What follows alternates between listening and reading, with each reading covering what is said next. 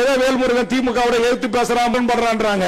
இது எங்க கட்சி குடும்பத்தில் ஏற்படுகின்ற முரண்பாடு போல் எழுப்பும் இந்த கேள்வியை தவிர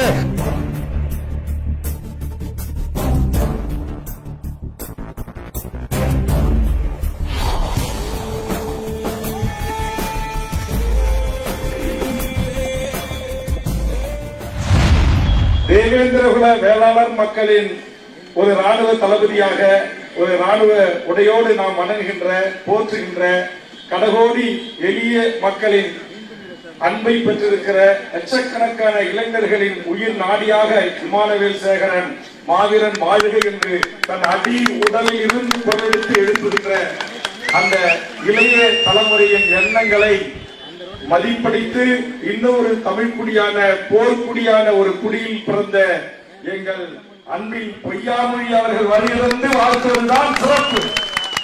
2 மணி நேரம் ஆனாலும் தமிழ்நாட்டில் சுமார் 25-30 கோடி ஒதுக்கிற பள்ளி கல்வித்துறைக்கான எந்த ஊர்ல எந்த துவக்கப்பள்ளி எந்த நடுநிலைப்பள்ளி எந்த மேல்நிலைப்பள்ளி யாரு சிஓ யாரு டிஓ யாரு இயக்குனர் யாரு இணை இயக்குனர் எது மெட்ரிக் எது சிபிஎஸ்இ எது ஆங்கிலோ இந்தியன் என்று எல்லா தரவுகளையும் ரூபாயிலிருந்து எண்ணிக்கையிலிருந்து மாணவர்களிருந்து அத்தனையும் தன்னுடைய சுண்டி விரல் அசைக்குள் வைத்துக் கொண்டு ஒரு குறிப்பில்லாமல் ஒரு மானத்தமிழ் இந்த மண்ணின் மைந்தன் தமிழக சட்டமன்ற வரலாற்றில் தனக்கென்று ஒரு தளத்தை படைத்தவன் என் அன்பு சகோதரன் அன்பில் இதுவரையில் ஒரு தேவேந்திர குலத்தில் அந்த அமைச்சர் பதவியை அமர்ந்து இந்த ஐஏஎஸ் ஐபிஎஸ் ஈஸியா சொன்ன உங்க மாவட்ட கலெக்டர் உங்க மாவட்ட எஸ்பி இந்த நாட்டுடைய சீஃப் செக்ரட்டரி இந்த நாட்டுடைய டிஜிபிக்கான ஒரு கோப்பு போனாலும் அதில் இறுதி முடிவெடுப்பதற்கு கையெழுத்து போடுவது உங்கள் குலத்தில் பிறந்த ஒரு மல்லத்தி உங்கள் குலத்தில் பிறந்த ஒரு தேவேந்திர குல வம்சத்தில் பிறந்த கயல்விழி செல்வராஜ். இது அம்மையார் ஜெயலலிதா கொடுக்கல, இதை இந்த நாட்டை ஆண்ட எந்த கட்சியும் கொடுக்கல. கொடுத்த கட்சி திராவிட முன்னேற்ற கழகம். வரவேற்கிறோம், நன்றி சொல்லுகிறோம். ஆக அந்த வகையில இன்னைக்கு அதே மாதிரி எல்லா தகுதியும் இருக்கிற என் அருமைக்குரிய நண்பன் தமிழ்நாட்டின் உங்களில் ஒருவன் 7 கோடி மக்கள் இளைஞர்களின் ஒரு அன்பை பெற்று உலகளாவிய ஒரு பளுதூக்கும் போட்டி நடந்துச்சு வெளிநாட்டில். ஒரு எம்எல்ஏ அப்ப எம்எல்ஏ இருந்தாரு, அப்ப என் கூட கமிட்டியில உறுப்பினராக இருந்தாரு, எனக்கு ரொம்ப நெருங்கிய நண்பர். அவரு உலகளாவிய பளுதூக்கும் போட்டியில தங்கம் என்ற ஒரு தங்க மகன் தான் எங்கள் நெய்வேலி கருப்பு தங்கம் மாதிரி ஒரு தங்கம் அவரு. அதனால இனத்தோட சேர்ந்திருக்கு. அங்க ஒரு பண்பாளர், இங்க ஒரு இளைய தளபதி என்று சொல்லக்கூடிய திராவிட முன்னேற்ற கழக லட்சோப லட்ச இளைஞர்களின் அன்பை பெற்றிருக்கிற அன்புக்குரிய உதயநிதி ஸ்டாலின் என்கிற துணை முதலமைச்சர் வலது இடது ரெண்டுமே யாரான்னா நம்ம அன்பில் தான், நம்ம கல்வி அமைச்சர்.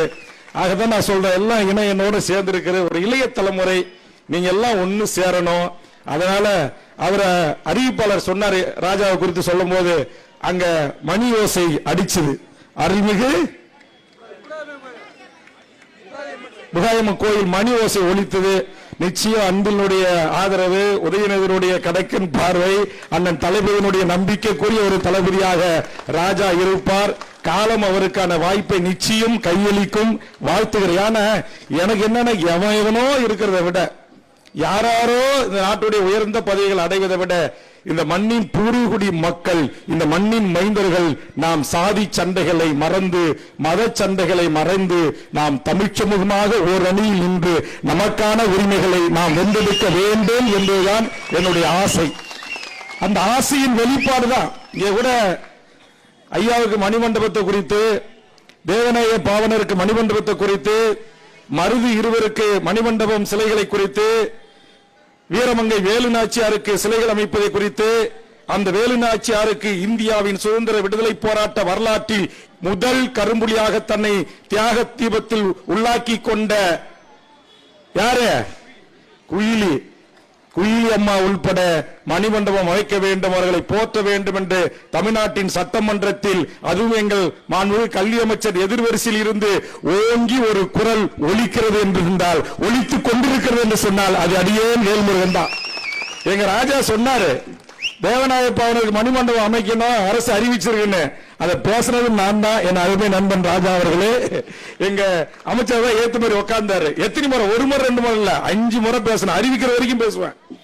அதே மாதிரி கோயிலுக்காக பேசிட்டு இருக்கிற இன்னும் பல ஒண்டி வீரன், பல அறிஞர், எந்த தமிழ் சமூகமாக இருந்தாலும் இந்த தமிழ்நாட்டில் வாழ்கின்ற தாய்மொழி தமிழாக கொண்ட தமிழர்களுக்கும் தாய்நாட்டை தாயகமாக ஏற்றுக்கொண்ட மொழிவழி சிறுபான்மை மக்களையும் அரவணைத்து அவர்கள் அனைவரையும் தமிழராக நான் ஏற்கிறேன். இவர்களுக்கு இங்க செலவையுங்க, இவர்களுக்கு மணிமண்டபம் வையுங்க, இவர்களுக்கு நூலகம் வையுங்க, இவர்களுக்கு அரசு மாளிகளுக்கு பெயர் வையுங்க. அதை விட்டுவிட்டு இந்திய முழுக்க இருக்கிற வந்தேரிகளின் பெயர்களும் வந்தேரிகளின் சிலைகளும் இந்த மண்ணில் இருக்கக்கூடாது. இந்த மண்ணின் பூர்வீகுடி மக்கள் நாங்கள்.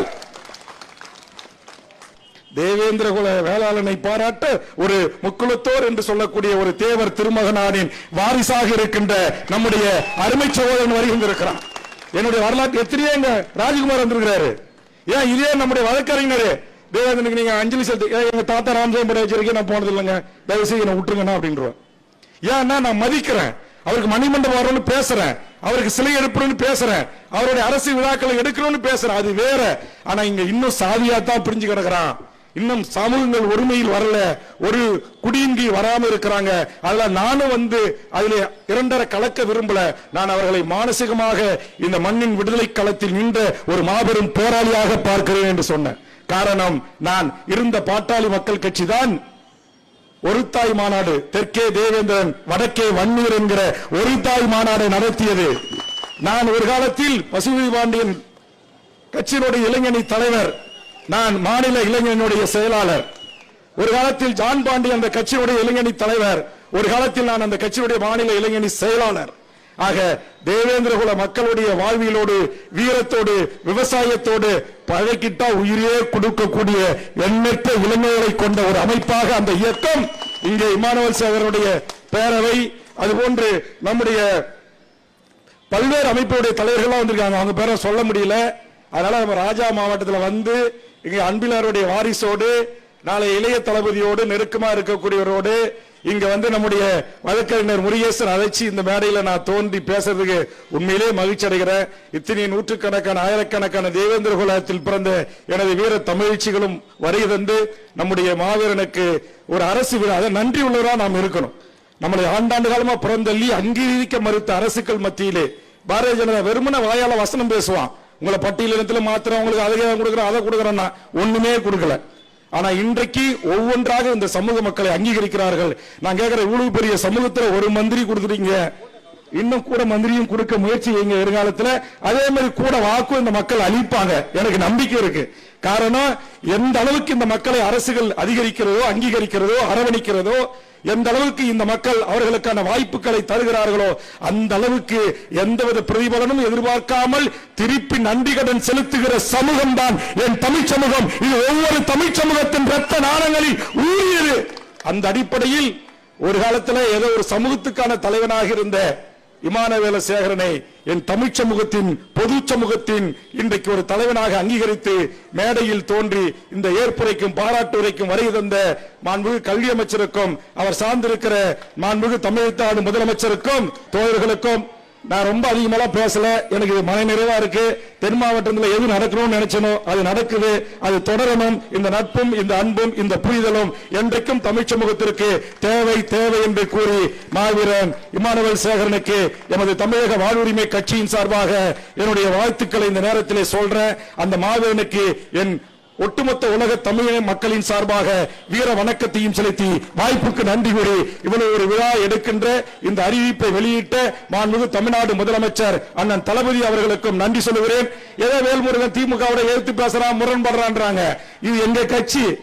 திமுக என்பது என் முன்னோர்கள் வளர்த்த கட்சி. அந்த கட்சி இன்னைக்கு தமிழ்நாட்டில் அதிகாரத்தில் இருக்கு. அந்த கட்சி கிட்ட நான் உரிமையோட கேட்கிற உரிமை எனக்கு இருக்கிறது. அந்த அளவுக்கு அந்த கட்சிக்கு நாங்கள் தியாகத்தை தந்திருக்கிறோம். அந்த அடிப்படையில் ஒரு குடும்பத்தில் ஏற்படுகின்ற முரண்பாடு போல் எழுப்புகின்ற கேள்வியை தவிர ஒரு காலத்திலும் பாசிச பாரதிய ஜனதாவிற்கு வேல்முருகன் தமிழக வாழ்வுரிமை கட்சியும் அடிபணிய மாட்டோம். இது எங்களுக்கான உரிமை களம், எங்களுக்கான உரிமை போர் என்பதை தெரிவித்து வாய்ப்புக்கு நன்றி கூறி முடிக்கிறேன். நன்றி, வணக்கம்.